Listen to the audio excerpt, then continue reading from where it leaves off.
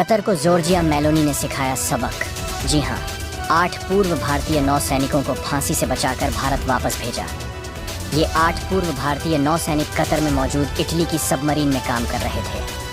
Qatar की इस हरकत का जवाब इटली की प्रधानमंत्री और पीएम मोदी की अच्छी दोस्त जॉर्जिया मेलोनी ने कायदे से दिया है। जी हाँ, जॉर्जिया मेलोनी ने कतर की सारी अकड़ निकाल दी है, क्योंकि कतर की सिक्योरिटी जॉर्जिया मेलोनी के हाथों में है।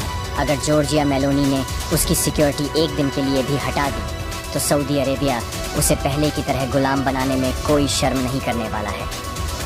रही बात 8 पूर्व भारतीय नौसैनिकों की, तो कतर के कोर्ट की इतनी औकात नहीं है कि जॉर्जिया मेलोनी और पीएम मोदी की दोस्ती के आगे कुछ कर पाए। कोर्ट द्वारा सुनाई गई फांसी की सज़ा मेलोनी के आगे 3 महीने भी नहीं टिक पाई। कतर को अच्छे से पता है कि उसकी सुरक्षा पनडुब्बी यानी सबमरीन के बिना नहीं की जा सकती, और इटली दुनिया में एकमात्र देश है जो सबसे एडवांस सबमरीन बनाता है। अब आप समझ चुके होंगे कि इटली कितना इम्पोर्टेंट है कतर के लिए। लेकिन भारत वो देश है जो मदद करने के लिए हमेशा बाहें फैलाकर खड़ा रहता है, लेकिन अक्सर उसको दोस्ती के नाम पर आस्तीन के सांप ही मिलते हैं। इस बार भारत को कतर ने झटका दिया है। कतर भारत का हमेशा से अच्छा दोस्त था, लेकिन कतर ने जो किया उस पर एक गाने के बोल बिल्कुल सटीक बैठते हैं। दुश्मन न करे दोस्त ने वो काम किया है, उम्र भर का गम हमें इनाम दिया है। जी हाँ, मिडिल ईस्ट के देशों में कानून बहुत सख्त माने जाते हैं, लेकिन भारत उसी कानून के जाल में फंसे 8 पूर्व भारतीय नौसैनिकों को बिना किसी खरोंच के सलामत निकाल लाया। कतर का कोर्ट और सख्त कानून सिर्फ लाचारी से देखते ही रह गए। पूरी डेवलपमेंट क्या है देखते हैं इस वीडियो में। आगे बढ़ने से पहले भारत और इटली की दोस्ती के लिए वीडियो को लाइक ज़रूर करें। पूर्व भारतीय नौसैनिकों को कतर के चंगुल से छुड़ाने में जॉर्जिया मेलोनी का बहुत बड़ा रोल सामने आ रहा है। जॉर्जिया मेलोनी ने भारत की बहुत बड़ी मदद की है। जी हाँ, जॉर्जिया मेलोनी ने 8 पूर्व भारतीय नौसैनिकों के लिए कतर पर दबाव बनाया और कहा कि अगर आप भारत के इन 8 अफसरों को नहीं छोड़ेंगे तो हम आपकी सबमरीन डील कैंसिल कर देंगे, या हम आपको सबमरीन प्रोड्यूस नहीं करने देंगे और न ही हम आपको सबमरीन बना कर देंगे।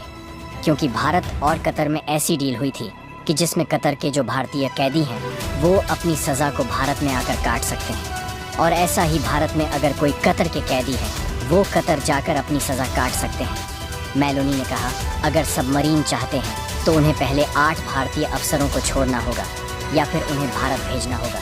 आपको बता दें कि 2012 में इटली ने हमारे भारत के 2 मछुआरों को गोली मार दी थी, लेकिन भारत ने मानवता के आधार पर इटली के नागरिकों को छोड़ दिया था, उन्हें सज़ा नहीं दी थी। भारत भी अगर चाहता तो कतर की तरह उनके नागरिकों को रख सकता था, लेकिन भारत ने मानवता के आधार पर इटली के नागरिकों को छोड़ दिया था। अब इस पर इटली को अपना इतिहास याद आ गया है या मोदी और मेलोनी की दोस्ती का कमल है, पता नहीं। आपको बता दें कि कतर अपनी नेवी सिक्योरिटी को और बढ़ाना चाहता था, जिसके लिए उसे सबमरीन की ज़रूरत थी। सबमरीन ऐसी चीज़ है जो पानी के अंदर काम कर सकती है, पानी के अंदर चारों तरफ लोकेशन ट्रेस कर सकती है, अटैक कर सकती है, वो भी गुपचुप तरीके से।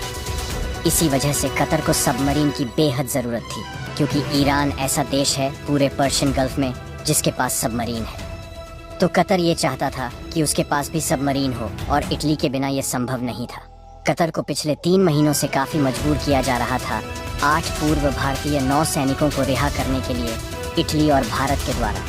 कतर जैसे ज़्यादातर इस्लामिक देशों की जो मुख्य इनकम सोर्स होता है वह तेल और गैस को बेचकर ही आता है। इसीलिए कतर काफ़ी ज़्यादा पावरफुल और डेवलपमेंट वाला देश है। लेकिन इटली और भारत ने कतर से गैस और तेल को इंपोर्ट करना बंद करने की घोषणा कर दी थी। कतर ने भारत के साथ जो किया है उसकी एक बड़ी चोट कतर को कई सालों तक दर्द देने वाली है, क्योंकि कतर को अभी तक इस बात की भनक तक नहीं है कि भारत से सीधा टकराना उनकी बरसों की मेहनत पर एक झटके में पानी फेर चुका है। आपको बता दें कि कतर अपनी इकोनॉमी का 70% रेवेन्यू पेट्रोलियम प्रोडक्ट को बेचकर कमाता है। कतर जैसे अरब देशों की किस्मत अच्छी है कि यहाँ पर ऑयल के काफ़ी बड़े रिजर्व मौजूद हैं। इस तेल को निकालना आसान ज़रूर है, लेकिन इसकी रिफाइनिंग में जिस टेक्निकल की ज़रूरत पड़ती है वह केवल भारत के पास है, और पेट्रोलियम रिजर्व के चलते देश किसी भी युद्ध का अच्छे से फ़ायदा उठाना जानते हैं। हाल ही में जब से यूक्रेन युद्ध की वजह से दुनिया के बड़े देशों ने रूस से तेल लेना बंद कर दिया था, तो इसका काफ़ी बड़ा फ़ायदा कतर को हुआ और एलएनजी की मेजर सप्लाई अरब देश की तरफ मोड़ दी गई। और जिन देशों ने कतर से अपनी सप्लाई लेना शुरू कर दिया उन देशों में नीदरलैंड, फ्रांस और जर्मनी जैसे देश भी शामिल हैं, जो कि काफ़ी बड़े एलएनजी के उपभोक्ता माने जाते हैं। कमाल की बात यह है कि इन सभी देशों ने कतर के साथ इस डील को 2 दशकों से ज़्यादा अवधि के लिए साइन किया था। कतर शुरू में तो ये सोचने लगा कि कम से कम 20 सालों तक खाने पीने का इंतज़ाम हो चुका है और भारत इनसे कुछ इंपोर्ट करे या न करे कतर पर कोई भी फ़र्क नहीं पड़ने वाला। लेकिन कतर के भरोसे पर इटली पहले से ही पानी फेर चुका है, क्योंकि ऑल्टरनेटिव फ्यूल को लेकर इटली अपने यहाँ पर रिसर्च लैब का उद्घाटन कर चुका है और इटली ने साफ तौर पर सभी कंपनी को हिदायत दे दी है कि वह अपनी निर्भरता फॉसिल फ्यूल से कम करके हाइड्रोजन जैसे फ्यूल का ज़्यादा इस्तेमाल करे। कतर को इस बात का पहले से पता